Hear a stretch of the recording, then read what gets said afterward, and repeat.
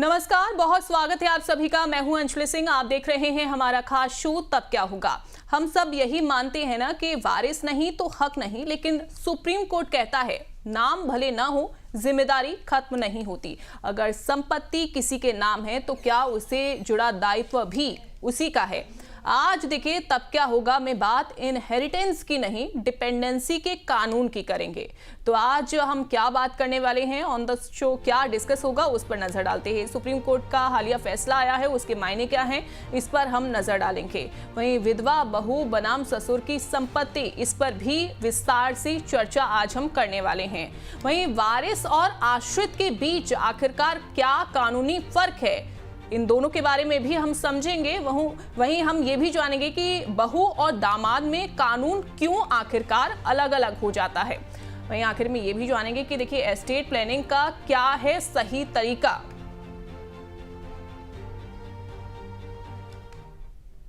तो देखिए सबसे पहले देखते हैं एक ऐसे परिवार की कहानी जिसमें कोई वारिस नहीं था। एक पिता के नाम पूरी संपत्ति थी। उनकी मृत्यु के बाद संपत्ति बेटे को मिली। उस समय बहू विवाहित थी और आश्रित नहीं मानी गई। कुछ वर्षों बाद बेटे की भी मृत्यु हो गई और घर में केवल बहू बची। परिवार का मानना था कि बहू ससुर की संपत्ति पर कोई दावा नहीं कर सकती क्योंकि वो कानूनी वारिस नहीं है। मामला सुप्रीम कोर्ट पहुंचा।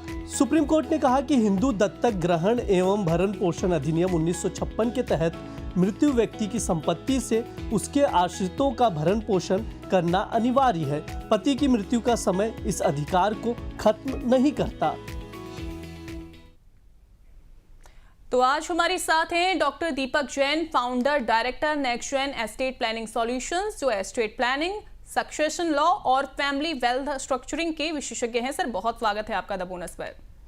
नमस्कार सर, ये जो सुप्रीम कोर्ट का फैसला आया है इनहेरिटेंस के पारंपरिक कानून से, सर ये कितना अलग है और इसमें मेंटेनेंस के कॉन्सेप्ट को किस तरीके से केंद्रित किया गया है?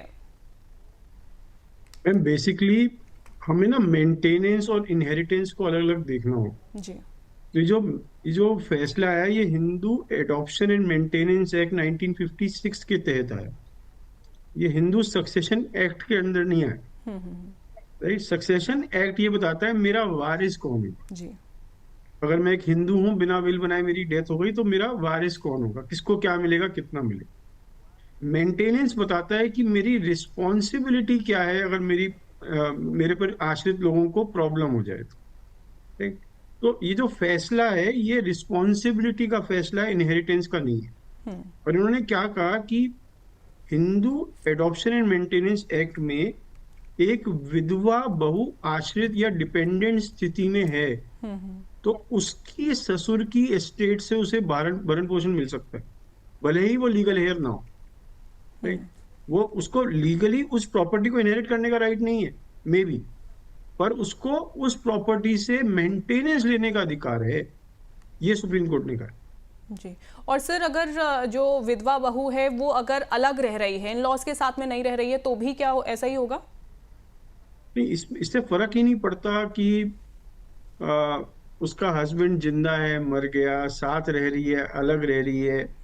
अगर वो अभी तक बहू है, ये बड़ा इंपॉर्टेंट है, उसने रीमैरिज नहीं करी तो उसका इस राइट है मेंटेनेंस मांगने का, अगर वो सेल्फ डिपेंडेंट नहीं। बहुत इंपॉर्टेंट चीज है कि वो अगर अपना भरण पोषण खुद कर सकती है तो डिपेंडेंसी नहीं है। डिपेंडेंसी तभी है जब वो कहती है कि मैं अपना भरण पोषण नहीं कर सकती, मैं अपने ससुर से, क्योंकि मैं एक्ट में आती हूँ इसलिए डिपेंडेंट हूँ और इस कारण से मुझे से मेंटेनेंस मिले तो सुप्रीम कोर्ट का मेंटेनेंस मिलेगा। और सर ये मेंटेनेंस किस आधार पर तय किया जाता है? ये मेंटेनेंस पहले तो जरूरत पे डिपेंड करता है कि क्या क्या जरूरत है उस व्यक्ति की जो मेंटेनेंस मांग रहा है। दूसरा इस बात पे डिपेंड होता है कि जिसके पास संपत्ति है वो संपत्ति कितनी है, उनका लाइफस्टाइल कैसा है। राइट, तो इसकी कोई फिगर कानून तय नहीं करता जी। राइट, कानून कहता है जो एक अच्छी लाइफ जीने के लिए जो चाहिए, सर्वाइवल के लिए जिस एक व्यक्ति को चाहिए, उसके हिसाब से उसको पैसा मिल जाएगा एज मेंटेनेंस फ्रॉम समबडी जिनके ऊपर वो डिपेंडेंट अपने आप को प्रूव कर सकते हैं एज पर लॉ। बिल्कुल। सर, हिंदू दत्तक ग्रहण और भरण पोषण अधिनियम 1956 में डिपेंडेंसी को किस तरीके से सर डिफाइन किया गया है और विधवा बहू उसमें से किस आधार पर सर आती है? Hindu adoption and maintenance act 1956 के सेक्शन 21 में डिपेंडेंट्स की एक सूची दी गई है, जिसमें सन की विडो को स्पष्ट रूप से शामिल किया है। जी। राइट। और कोर्ट ने ये कहा है कि हम ना इसकी नैरो इंटरप्रिटेशन तक सीमित नहीं है, और विडोहिड का समय निर्णायक नहीं होता। विधवा बहू हेयर नहीं हो तब भी डिपेंडेंट हो सकती है, और इसी कारण से उन्होंने डिपेंडेंट मानते हुए उनको maintenance the father in law की प्रॉपर्टी से। राइट। तो ये एक कोई नया कानून नहीं है, तो 56 से, पर उसका स्पष्टीकरण उन्होंने आज दिया। बिल्कुल। सर, कानूनी तौर पर किसी तरीके की डिपेंडेंसी साबित करना ऐसा जरूरी तो नहीं है? नहीं, आपको डिपेंडेंसी साबित करनी पड़ेगी कि भाई मैं इस सेक्शन में आता हूँ, राइट, और मैं अपने आप अपना खर्चा नहीं उठा सकता, इसलिए मैं इन पे डिपेंडेंट हूँ, और डिपेंडेंसी इसलिए मेरी डिपेंडेंसी साबित हो गई। अब डिपेंडेंसी साबित हुई है तो मुझे उससे मेंटेनेंस मिले। बिल्कुल। तो ये ऑटोमेटिक नहीं है, ये आपको डिपेंडेंसी तो प्रूव करनी पड़ेगी, बिल्कुल। और अपनी inability to take care of your expenses ये भी प्रूव करना पड़ेगा। बिल्कुल, डिपेंडेंसी जो है वो साबित करनी पड़ेगी। सर, अगर हस्बैंड की मृत्यु ससुर की मृत्यु से पहले हो या फिर बाद में हो, कोर्ट ने इसे इररिलेवेंट सर क्यों माना है? इसके पीछे क्या रीजन है सर? क्योंकि कानून स्थिति देखता है, डिपेंडेंसी देखता है, घटना की टाइमिंग नहीं।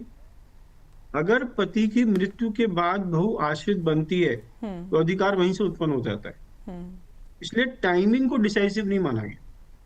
राइट। तो बेसिकली वो कहते हैं कि is she dependent or not? She is dependent. Right. Can she take care of herself or not? No, she can not. अब पति की मृत्यु पहले हो या बाद में हो, इससे कोई फर्क नहीं पड़ता। अब अगर इस केस में जो हस्बैंड था, सपोज उसके पास कुछ वेल्थ थी नहीं जी। और वो अलाइव था, तब भी वो डिपेंडेंसी क्रिएट कर सकते हैं कि भाई इनके पास तो कुछ है नहीं और आपके पास है, तो मैं आपकी डिपेंडेंट हूँ। तो उसने टाइमिंग को इररिलेवेंट मांगा है सुप्रीम कोर्ट में। बिल्कुल। अच्छा सर, ऐसा भी क्योंकि कई बार कुछ ऐसे केसेस भी होते हैं जिसमें ये कह दिया जाता है कि नहीं, हमारे साथ हमारा बेटा तो है जो रहता नहीं है, और उसके बाद उसको इस वजह से अलग कर दिया जाता है ताकि जो उनकी डॉटर इन लॉ है कुछ क्लेम उनके ऊपर ना करवा पाए। बेटा तो आप ही का रहेगा, चाहे साथ रहता है या अलग रहता है। तो आप उसे डिसइनहेरिट तो नहीं कर सकते ना, कानून में कोई डिसइनहेरिटेंस का प्रोविजन ही नहीं है। राइट। मतलब आप बेदखल नहीं कर सकते। हाँ, आप अपनी प्रॉपर्टी ना देने से मना कर सकते हो, पर अगर आपका वो बेटा रहेगा, रिश्ता आप वो नहीं बदल सकते, तो ये बहू भी रहेगी। तो इससे कोई फर्क ही नहीं पड़ता कि वो आपके साथ रह रहे हैं, अलग रह रहे हैं, उन्होंने आपकी मर्जी से शादी करी है, आपकी मर्जी के अगेंस्ट शादी करी है, सेम कास्ट में करी है, अलग कास्ट में करी है, ये सब निरर्थक है। जो इम्पोर्टेंट बात है कि क्या वो रिलेशनशिप है या नहीं है, और आप हिंदू हैं या नहीं है, बस ये दो बातें प्रूव्ड है, तो आपका उनका राइट है डिपेंडेंसी मांगने का। बिल्कुल। सर, ये जो सुप्रीम कोर्ट का फैसला आया है, क्या फ्यूचर के में जो कुछ ऐसे मामले सामने आ सकते हैं उनमें क्या एक मजबूत नज़ीर बनकर सर सामने आएगा? जैसा कि अभी मैंने एक सवाल आपसे पूछा था कि कई ऐसे पुराने केसेस हो चुके हैं जिसमें जब बनती नहीं है डॉटर इन लॉ से तो उसको बाहर कर दिया जाता है और बेटे को कह दिया जाता है कि ठीक है तुम लोग अब अलग रहो, और उसके बाद ताकि जो डॉटर इन लॉ है कुछ क्लेम ना कर पाए संपत्ति पर। ये जरूर बनेगा, पर बहुत सीमित दायरे में। ये फैसला विडो को संपत्ति का मालिक नहीं बनाता, लेकिन एस्टेट से मेंटेनेंस के दावे को मजबूत करता है, खासकर उन मामलों में जहां हेयर्स कहते हैं हेयर नहीं तो इसलिए जिम्मेदारी नहीं। राइट। आप अब ये नहीं कह सकते कि ये मेरी लीगल हेयर नहीं है इसलिए मेरी इस पे लिए रिस्पॉन्सिबिलिटी नहीं है। इसने इनहेरिटेंस राइट और रिस्पॉन्सिबिलिटी को अलग अलग कह दिया। राइट। अगर वो लीगल हेयर नहीं भी है तो भी आपकी रिस्पॉन्सिबिलिटी है, और रिस्पॉन्सिबिलिटी एस्टेट पे है, व्यक्ति पे नहीं है। तो जो ससुर की एस्टेट है उस पे रिस्पॉन्सिबिलिटी है इसका भरण पोषण देने के। राइट। तो इस वजह से ये भविष्य में जरूर कई सारे मामले क्रिएट करेगा और कई सारे मामलों में रिविजिट करने को मजबूर करेगा लोगों को। और लोग इसकी वजह से और सतर्क हो जाएंगे कि अपनी इनहेरिटेंस प्लानिंग प्रॉपर तरह से करें, बिल्कुल। क्योंकि अगर वो नहीं चाहते कि मेंटेनेंस दी जाए या मेंटेनेंस एक सीमित ही रहे, तो उसके लिए प्रॉपर प्लानिंग करनी जरूरी हो जाएगी। बिल्कुल। और सर अगर मान लिया जाए कि ससुर ने पूरी संपत्ति की विल बना दी हो, तो क्या फिर भी भरण पोषण की जिम्मेदारी बनी रह सकती है? जैसे मैंने आपको कहा, विल इनहेरिटेंस तय करती है, लेकिन मेंटेनेंस के ऑब्लिगेशन को खत्म नहीं करती। सेक्शन 22 जो इस एक्ट का है, उसके अनुसार एस्टेट प्राप्त करने वाले हेयर पर डिपेंडेंट्स की मेंटेनेंस की जिम्मेदारी आ जाती है, राइट। तो अगर ये सब लोग, हस्बैंड की डेथ हो गई और ये उसके पति के पास पैसा चला गया या उसके देवर के पास पैसा चला गया, तो she can claim it from them also, because क्योंकि आपने उसको पैसे लिया था, राइट। तो ये मेंटेनेंस को विल से आप इसे नहीं बच सकते। बिल्कुल, तो विल से बचा नहीं जा सकता है, मेंटेनेंस जो है वो देना ही पड़ेगा। सर कंटिन्यू करेंगे हम, लेकिन अब अमर उजाला दी बोनस के अलग अलग प्लेटफॉर्म्स पर बड़ी संख्या में दर्शकों के सवाल भी आ गए हैं। उनमें से कुछ सवालों को हम जल्दी से अपने इस प्रोग्राम में शामिल कर लेते हैं। सर पहला सवाल आया है जयपुर से, सुनील शर्मा का है। उन्होंने पूछा है कि सर क्या बहू को पूरी संपत्ति मिल सकती है या सिर्फ भरण पोषण का अधिकार ही होगा? अब ये क्वेश्चन जो है ना, इनकम्प्लीट है एक तरीके से। अगर मैं हिंदू सक्सेशन एक्ट की बात करूं, तो डॉटर क्लास 1 लीगल हेयर नहीं, daughter in law class 1 legal heir नहीं है, पर एक स्थिति में वो क्लास 1 लीगल हेयर बन जाती है। अगर उसका हस्बैंड जिंदा ना हो और उसके ससुर की डेथ बिना विल बनाए हो जाए, तो जो हस्बैंड का शेयर है वो डॉटर इन लॉ प्लस उस मृत बच्चे के बच्चों के साथ बराबर बढ़ता है। मैं आपको एक एग्जांपल देता हूँ। सपोज मैं एक व्यक्ति हूं जिसके 3 बेटे हैं, तीनों की शादी हुई है, मेरी वाइफ भी जिंदा है, और उनमें से एक बेटे की डेथ हो गई और हर एक बेटे के समझो 2 बच्चे। तो इसका मतलब मेरी डेथ के बाद मेरे 4 लीगल हेयर्स हैं, एक मेरी वाइफ और 3 बच्चे, और इन तीनों बच्चों में से एक बच्चे की डेथ हो गई। जिस बच्चे की डेथ हुई उसका जो 1/4 शेयर है वो उसकी वाइफ और बच्चों में बराबर बट जाए, राइट। तो इस केस में डॉटर इन लॉ क्या बन गई? रिप्रेजेंटेटिव हेयर बन गई। तो क्या पूरी संपत्ति मिल सकती है? एक ही केस में मिल सकती है कि उसका एक ही बेटा हो, राइट, उसकी वाइफ जिंदा ना हो, बेटे की डेथ हो गई हो और वाइफ के अलावा कोई बच्चा ना हो, तो उस केस में तो उसको हस्बैंड की, ससुर की पूरी संपत्ति मिल जाएगी। पर ये फैसला जो आया है, अगर आप इसके बारे में बात कर रहे हो, ये फैसला ओनरशिप के बारे में नहीं है, ये हिंदू सक्सेशन एक्ट के बारे में है ही नहीं, ये मेंटेनेंस के बारे में, और ये खाली रीजनेबल मेंटेनेंस को सुनिश्चित करता है, ये ओनरशिप नहीं देता। पर as per act, Hindu succession act, मैंने आपको बताया किन परिस्थितियों में बहू को संपत्ति मिल सकती है या कंप्लीट संपत्ति मिल सकती है। बिल्कुल। सर एक और मेरा सवाल है कि एक हम सिचुएशन लेते हैं, मान लीजिए कि डिस्प्यूट चल रहा है कि डॉटर इन लॉ का, हस्बैंड का, और उसके बाद उनके इन लॉज के साथ में, मान लीजिए कि अब अलग रहते हुए जो हस्बैंड है उसकी डेथ हो जाती है। अब डॉटर इन लॉ तो ऑलरेडी अलग रह रही है, उसके बाद जो उसके जो इन लॉज हैं, मान लीजिए उन्होंने अपनी जो संपत्ति है वो किसी और के नाम कर दी है, तो भी क्या डॉटर इन लॉ क्लेम कर सकती है, मेंटेनेंस मांग सकती है, डिपेंडेंसी बता सकती है? सर मेंटेनेंस का दावा जो सामान्यतः एस्टेट या एयर्स को मिली संपत्ति तक सीमित होता है। अगर संपत्ति डिसिपेट हो जाए तो दावा फैक्ट्स पर निर्भर करेगा, कोई ऑटोमेटिक रिकवरी नहीं मानी जाएगी, राइट। तो अब उसे प्रूव करना पड़ेगा कि ये संपत्ति इसलिए ट्रांसफर करी गई थी क्योंकि मुझे मेंटेनेंस ना देना पड़े, या इस संपत्ति को बेच के जो पैसे आए हैं मुझे उससे मेंटेनेंस चाहिए। तो ये बहुत केस स्पेसिफिक है, राइट। इसका कोई आसान आंसर पॉसिबल नहीं है। जी चलिए सर, अगला सवाल हम शामिल करेंगे। इंदौर से सवाल है रमेश वर्मा का। ये सवाल आया है, उन्होंने पूछा है कि अगर संपत्ति पहले ही बेच दी गई हो तो दावा कैसे बनेगा, जैसे कि अभी मेरा ये जो सवाल था।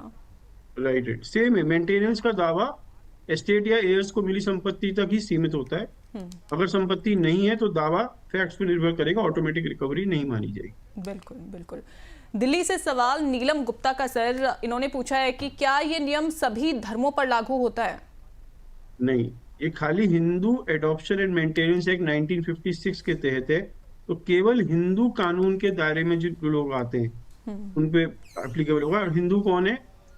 अगर आप हिंदुइज्म को किसी भी फॉर्म में फॉलो करते हो, चाहे आप लिंगायत हो, आर्य समाजी हो, किसी भी तरह से हिंदुइज्म को फॉलो करते हो तो आप हिंदू हो। बुद्धिस्ट, सिख और जैन ये भी हिंदू है। और फिर ये कानून कहता है अगर आप इंडिया में रहते हो और आप मुस्लिम, क्रिश्चियन, पारसी और जू नहीं हो तो आप हिंदू हो। तो इन चारों पे तो ये लागू नहीं होगा, बाकी सब पे लागू हो जाएगा। बिल्कुल। और सर ये दूसरी अगर कम्युनिटी की अगर हम बात करें तो क्या सर उन पे भी लागू होगा या नहीं होगा? मुस्लिम कम्युनिटी हो गई या दूसरी हो गई? नहीं होगा, नहीं होगा। ये खाली हिंदूज पे लागू होता है। बिल्कुल बिल्कुल। और देखिए ये जो फैसला आया है ये सिर्फ हिंदू कम्युनिटी पर ही जो है वो लागू होगा, बाकी जो अदर कम्युनिटीज़ हैं उस पर लागू नहीं होगा। अगर आप हिंदू धर्म जो है फॉलो करते हैं तो ये आपके लिए बेनिफिशियल हो सकता है। अब जल्दी से जान लेते हैं कि अगर आपके मन में कोई सवाल है, देखिए आप अपना सवाल कैसे पूछ सकते हैं। बहुत ही आसान सा तरीका है हमारे शो से जुड़ने का, अपने सवाल हम तक पहुंचाने का। आपके सवालों को हम अपने इस प्रोग्राम में शामिल ज़रूर करेंगे। और देखिए चूंकि बहुत सारे सवाल हमारे पास आते हैं, कोशिश हमारी यही रहती है, द बोनस की टीम की यही कोशिश रहती है कि उन सारे सवालों को अपने इस प्रोग्राम में शामिल किया जाए।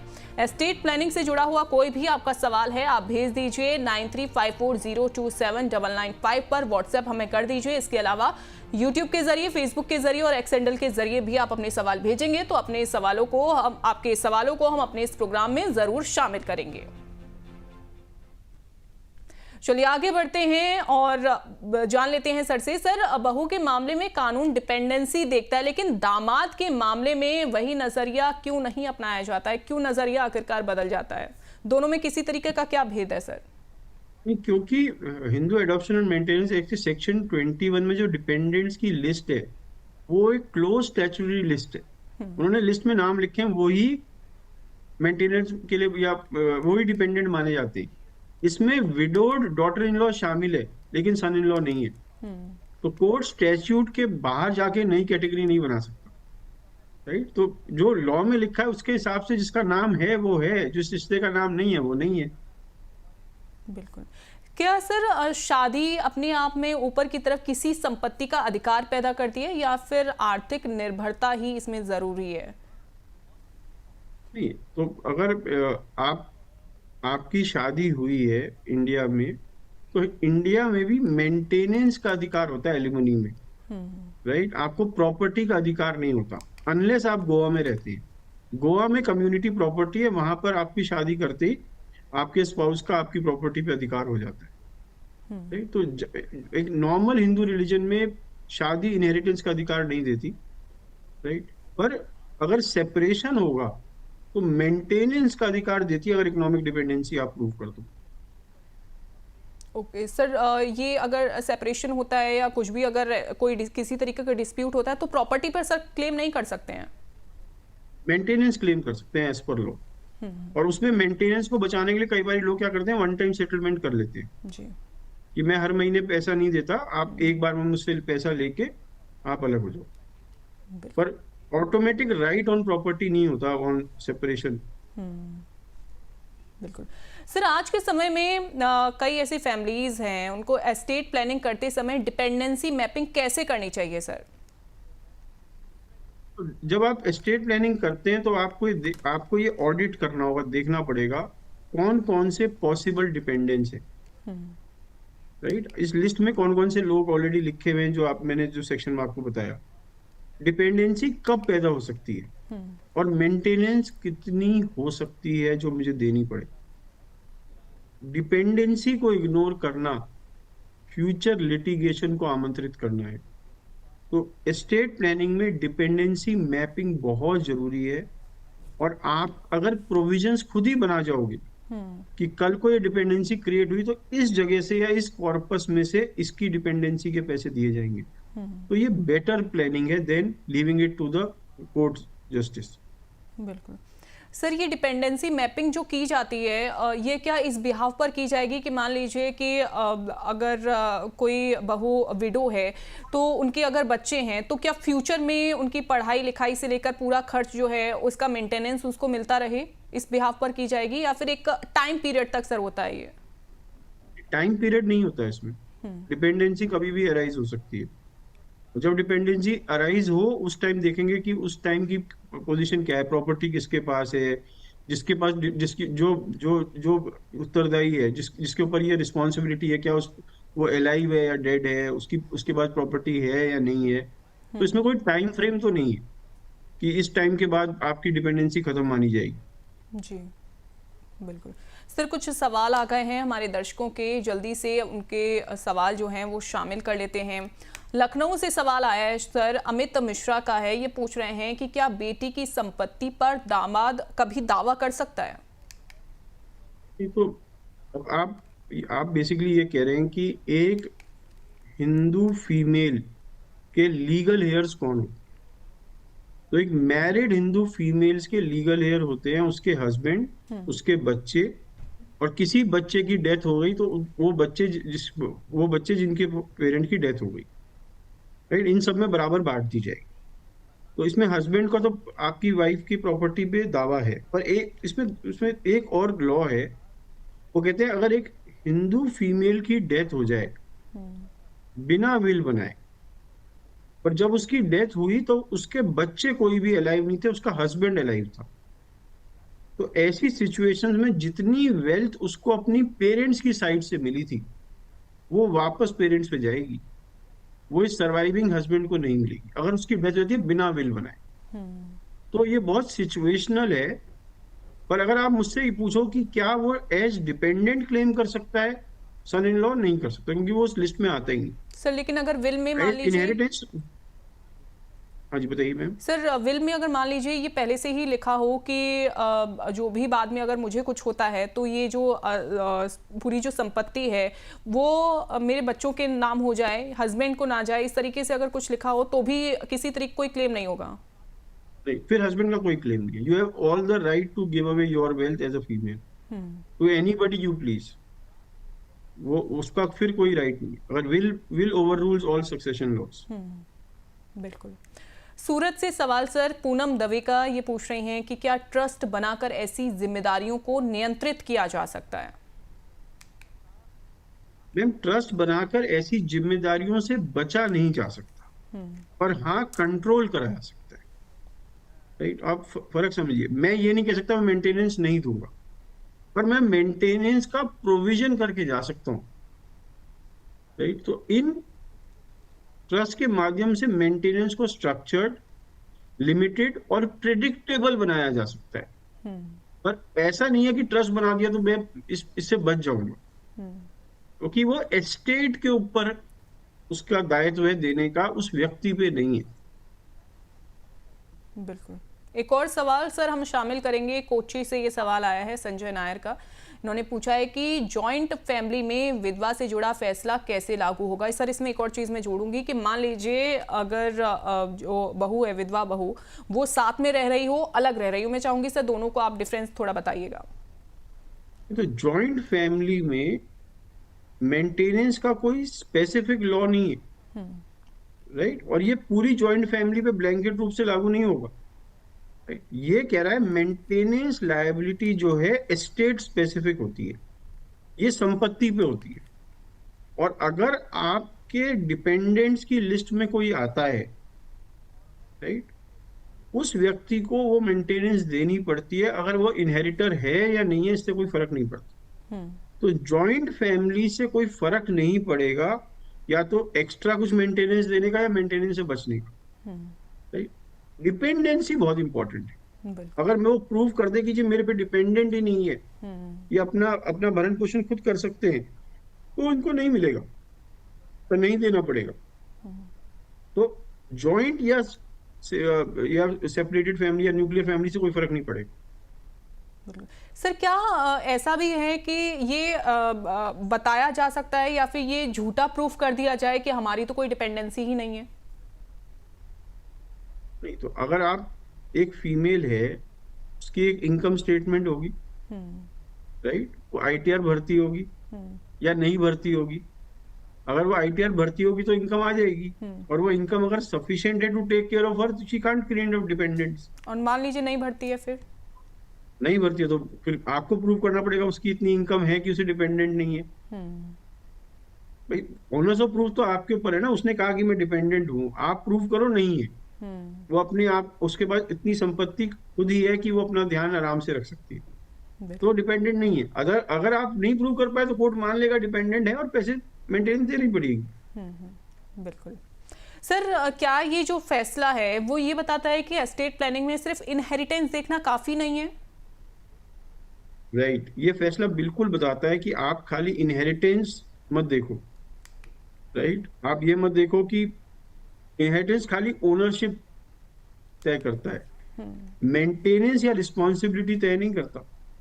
मेंटेनेंस और रिस्पॉन्सिबिलिटी दूसरे एक्ट में है जो ओनरशिप से बिल्कुल अलग है, राइट। तो इस फैसले को आने के बाद मेरे पे कई फैमिलीज आई या कई लोग आए जिनका अपने स्पाउस से कुछ प्रॉब्लम चल रहा था, राइट। अभी तक वो सोच रहे थे कि हमने अपनी प्रॉपर्टी को सब सही तरह से पार्क कर दिया है तो हम बच जाएंगे जी। पर प्रॉब्लम क्या है, आपने तो पार्क कर दिया, आपके फादर ने ठीक से किया या नहीं, क्योंकि वो मेंटेनेंस तो वहां से भी मांग सकते हैं। बिल्कुल, राइट। तो इनहेरिटेंस और मेंटेनेंस को आप अलग अलग देखिए। बिल्कुल। सर, अगर डिपेंडेंसी को नेग्लेक्ट कर दिया जाए तो क्या वही संपत्ति फ्यूचर में विवाद का कारण बन सकती है? वही संपत्ति विवाद का कारण भी बन सकती है और लीगल लायबिलिटी भी बन सकती है, राइट। अब ये ऑब्लिगेशन है वो पैसा देने का, वो मंथली मेंटेनेंस या ईयरली मेंटेनेंस देने का ऑब्लिगेशन है, और इसकी वजह से विवाद क्रिएट होगा, कॉन्फ्लिक्ट क्रिएट होगा। तो आपको डिपेंडेंसी को बहुत अच्छे से इंक्लूड करना चाहिए इनहेरिटेंस प्लानिंग में। बिल्कुल। सर, एक आखिरी सवाल है कि अगर इनहेरिटेंस की प्लानिंग कर ली जाए लेकिन डिपेंडेंसी की मान लीजिए कोई प्लानिंग ही नहीं की है, तो आगे चल के फिर क्या प्रॉब्लम हो सकती है फ्यूचर में? सबसे बड़ी प्रॉब्लम तो ये हो सकती है कि आप जिसको जो संपत्ति देना चाहो वो ठीक से उसके पास नहीं जाएगी, उतनी नहीं जाएगी जितना आप देना चाहते हो, क्योंकि किसी ने अपने आप को डिपेंडेंट प्रूव करके उसका एक पार्ट ले गया, राइट। तो ये आपका इनहेरिटेंस प्लान को डीरेल कर सकता है, राइट। तो जो आप चाहते थे वो नहीं हो रहा, कुछ और हो रहा है, क्योंकि आपने वो प्रॉपर डिपेंडेंसी प्लानिंग को इंक्लूड नहीं करा अपने इनहेरिटेंस प्लान में। बिल्कुल। सर, बहुत शुक्रिया हमारे साथ जुड़ने के लिए और विस्तार से सुप्रीम कोर्ट का ये जो फैसला आया है उसको बताने के लिए भी। Thank you. तो देखिए, आज का सबक साफ है, हर हक इनहेरिटेंस से नहीं आता, कुछ अधिकार डिपेंडेंसी से जन्म लेते हैं। एस्टेट प्लानिंग सिर्फ संपत्ति का बंटवारा नहीं बल्कि जिम्मेदारी की स्पष्ट रूपरेखा भी है। इसी समझ के साथ फिर मिलेंगे अगले एपिसोड में।